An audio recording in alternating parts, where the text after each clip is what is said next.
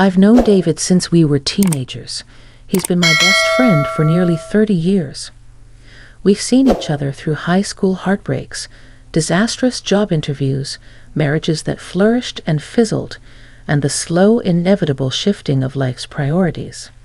So when she invited me to her family's lake house for the weekend, it was nothing out of the ordinary.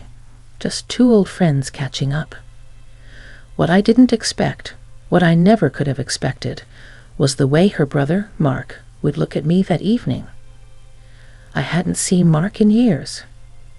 Back in our youth, he was the charming younger brother with a mischievous grin and a cocky attitude. Always the one who played pranks, stole cookies off the tray, and flirted with anything that moved. He was 5 years younger than us, and back then that felt like a canyon. We were women. He was still a boy. But time, as it does, had closed that canyon in the most surprising ways. I arrived late that Friday evening. The sun was already kissing the treetops goodnight, casting long golden shadows across the dock. The lake shimmered with a copper glow, calm and glassy.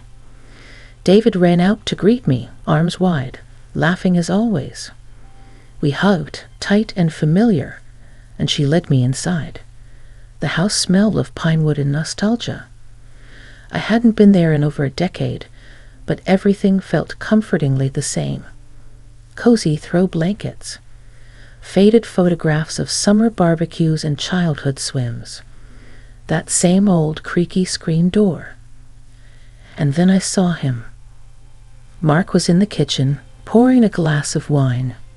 He turned when he heard us, and for a moment the room felt still.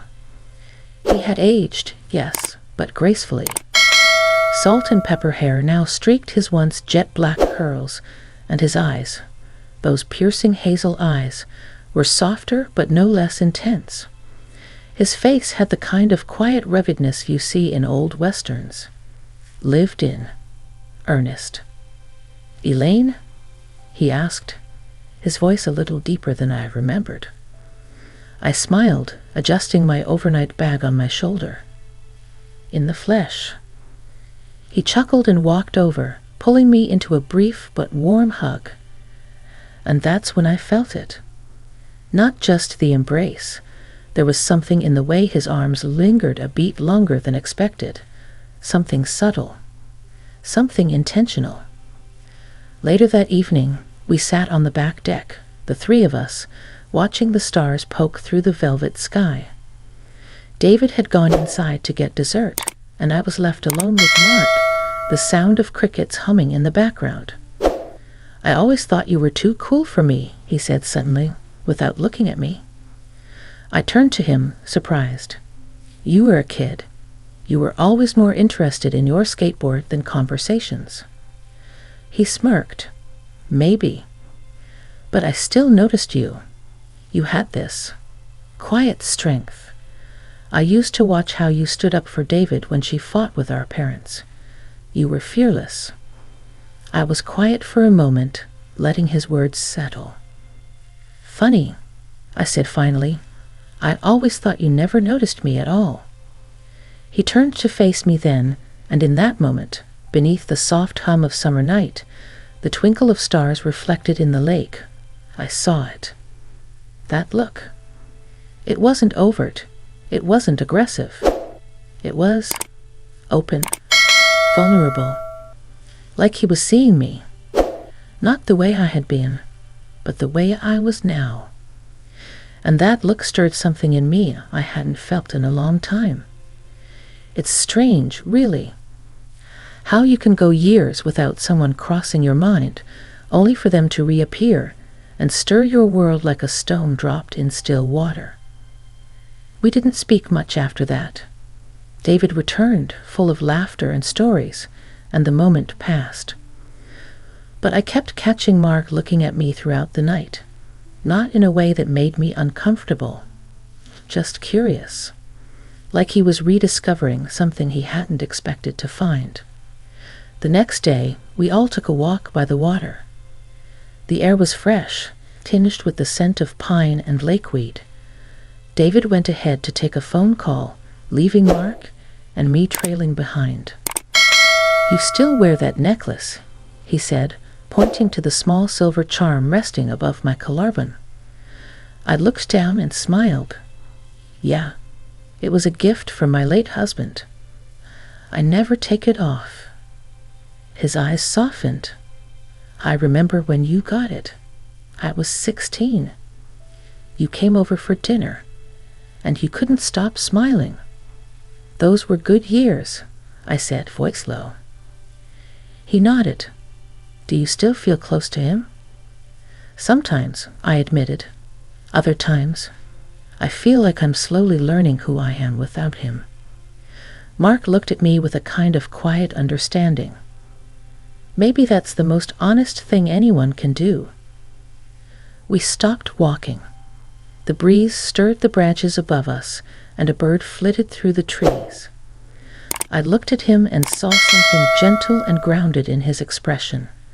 Not the reckless boy I remembered, but a man who had lived, who had felt the weight of love and loss in his own way. And just then, something shifted. He reached out and tucked a loose strand of hair behind my ear. His fingers brushed my cheek, and my breath caught, not because I was startled, but because I hadn't realized how long it had been since someone had touched me like that. Like I mattered. Like I was seen. I didn't move. Neither did he. The moment stretched between us, taut with unspoken emotion, and just as quickly he stepped back, clearing his throat. "I'm sorry," he said. "I didn't mean to overstep." But he hadn't. Not at all. I just nodded, unable to find the words. That night, I sat alone in my guest room, staring at the moonlit lake through the window. My thoughts were a quiet storm. Memories, feelings, questions I hadn't dared ask myself in years. Something was happening, something I hadn't expected, and I wasn't sure where it was going. But for the first time in a long time, I was curious enough to find out. The morning sun filtered gently through the thin curtains of the guest room, casting a pale golden glow across the wooden floorboards. I lay in bed longer than usual, listening to the distant sound of birds and the soft creak of the house settling. For the first time in years, I didn't feel the usual urgency to start the day. There was something peaceful about that lake house, something that made time slow down. Maybe it was the stillness of the water, or the familiarity of being around people who knew my history. Or maybe it was the way Mark had looked at me again. I wasn't imagining it. At breakfast, the three of us gathered around the old farmhouse table. David was cheerful and chatty, sharing funny stories from work, but I noticed Mark's gaze kept drifting toward me. It wasn't intrusive, it was quiet, contemplative, like he was trying to figure something out. And I'll admit, I was doing the same. When David went into town to pick up groceries, she offered for me to tag along. But I declined, saying I wanted some time by the water.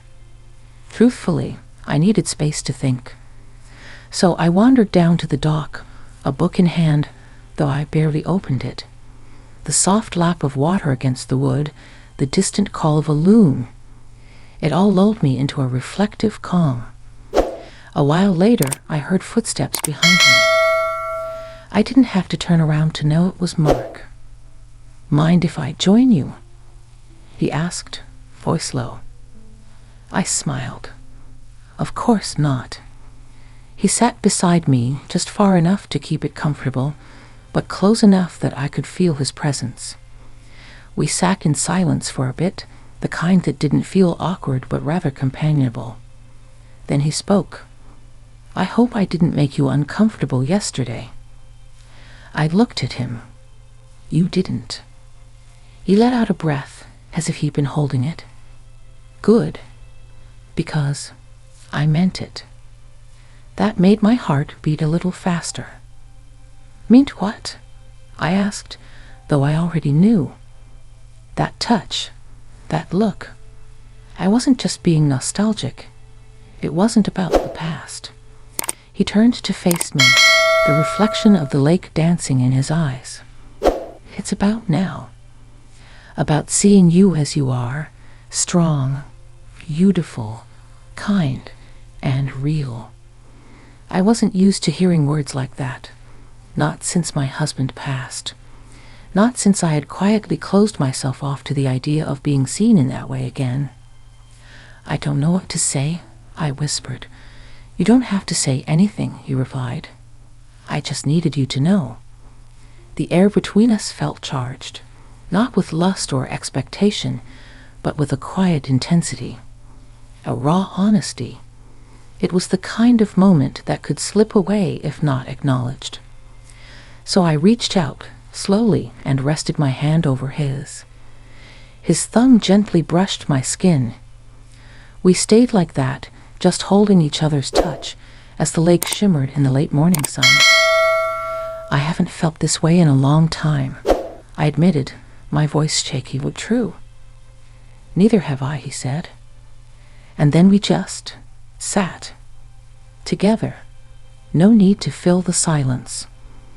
Later that evening, after dinner, David was upstairs reading. Mark and I found ourselves alone in the den. The fire crackled in the stone hearth, casting flickering shadows on the walls. I'm sorry about your husband, Mark said softly. I know it's been a few years, but grief doesn't have an expiration date. No, I said, surprised by the warmth rising in my chest. It doesn't. Some days are fine. Others, it just sneaks up on me. He nodded. I lost someone too, a few years back. We weren't married, but we were serious. Cancer, quick and cruel. I looked at him, really looked. Beneath the rugged exterior, he carried his own quiet grief. Different from mine, but parallel in its weight. And maybe that's what connected us in that moment. Not just attraction, not just nostalgia, but two people who had both lost something and were beginning to wonder if it was possible to feel again. I stood up, walking toward the window. Outside, the moon hung low, casting silver streaks across the water. Mark, I said, still facing the glass, what are we doing? He came to stand beside me. I don't know, he answered honestly.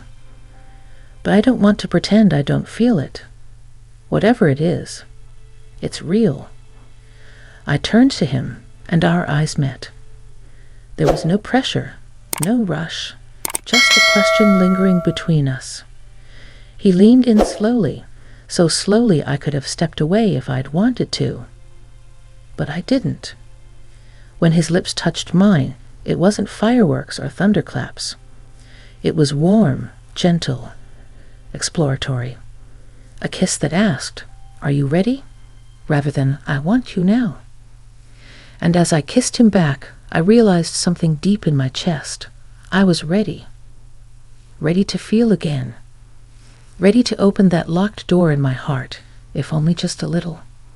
When we pulled away, we didn't say much. There wasn't a need. The moment had spoken for itself. That night, as I lay in bed, I didn't feel guilt or fear, just possibility. The kind I hadn't dared believe in for a very long time. I woke up before sunrise the next morning, not out of restlessness, but because I wanted to see the lake at dawn. There's something about that time of day. The soft blue haze before light fully touches the earth, the stillness that feels like the world is holding its breath. I wrapped a blanket around my shoulders and stepped quietly onto the back deck. The air was cool and smelled faintly of pine and damp earth. Mist rolled off the lake's surface like a secret being whispered into the sky. And then I heard the door creak behind me. Mark. He didn't say anything right away, just joined me, handing over a warm mug of coffee, which I took with a quiet nod. His presence felt easy now, like he belonged there, beside me, sharing the silence. "I couldn't sleep," he said. Me neither. We stood together, the blanket around my shoulders brushing his arm every time the breeze shifted. There was something sacred about that moment. No grand declarations, no rushing forward, just two people slowly stepping out of their separate shadows. He turned toward me after a long stretch of quiet. I haven't been able to stop thinking about you. I looked at him, searching his face for any trace of insincerity. There was none. I know this is complicated, I said softly. David, she doesn't know. And I don't even know what this is yet. I'm not asking for answers, he replied. I just want to be honest with you. I swallowed hard, the warmth of the coffee grounding me. We've both been through too much to play games, I said. So let me be honest too. This feels real and terrifying, but also kind. That word lingered between us. Kind. It wasn't about thrill or infatuation. It was about finding something gentle in a world that hadn't been so gentle for a long time. That morning, we didn't kiss. We didn't touch. We simply were. And that, in itself, felt more intimate than anything physical. But of course, the quiet couldn't last forever. David returned around noon from town. She burst through the door with the same energy she always had, arms full of fresh fruit and weekend gossip. She didn't notice the subtle shift between Mark and me. Not yet. But I was aware of every glance, every pause, every stolen smile. Later that afternoon, the three of us went kayaking. The sun was bright, glittering on the water, and David was laughing as she tried to steer with her usual lack of coordination. Mark and I stayed a little behind, our paddles barely disturbing the mirrored surface of the lake. I've missed this, David called out ahead. All of us beamed together. Mark looked at me. Me too, he said. But the way he said it wasn't about nostalgia. It was about now. That evening after dinner, David went to bed early, claiming a headache. I offered to help clean up, and Mark stayed behind, drying dishes beside me in the warm glow of the kitchen. Our hands brushed once, and then again. I think we need to talk, I whispered. He nodded, drying his hands on a dish towel, then leaning back against the counter. I care about her. She's my best friend, I said. If she knew something was happening between us, it would change everything. Mark nodded slowly. I get that, but let me ask you something. I looked up. If we didn't do anything, if we kept pretending there was nothing here, would it hurt any less? Would it make it not real? I bit my lip. No, it wouldn't. He stepped forward, close enough that I could feel the heat from his body, but still keeping just enough distance to let me decide what came next. We don't have to rush this, he said. I don't want to hide it, but I also don't want to do anything that would hurt you or her. I nodded. Maybe we just take it one moment at a time. He smiled, and it was the kind of smile that made you feel safe. That night, I didn't sleep in my guest room. But I didn't sleep in his either. We ended up back out on the deck, a blanket between us, watching the stars. Our shoulders touched, and our hands found each other beneath the fabric.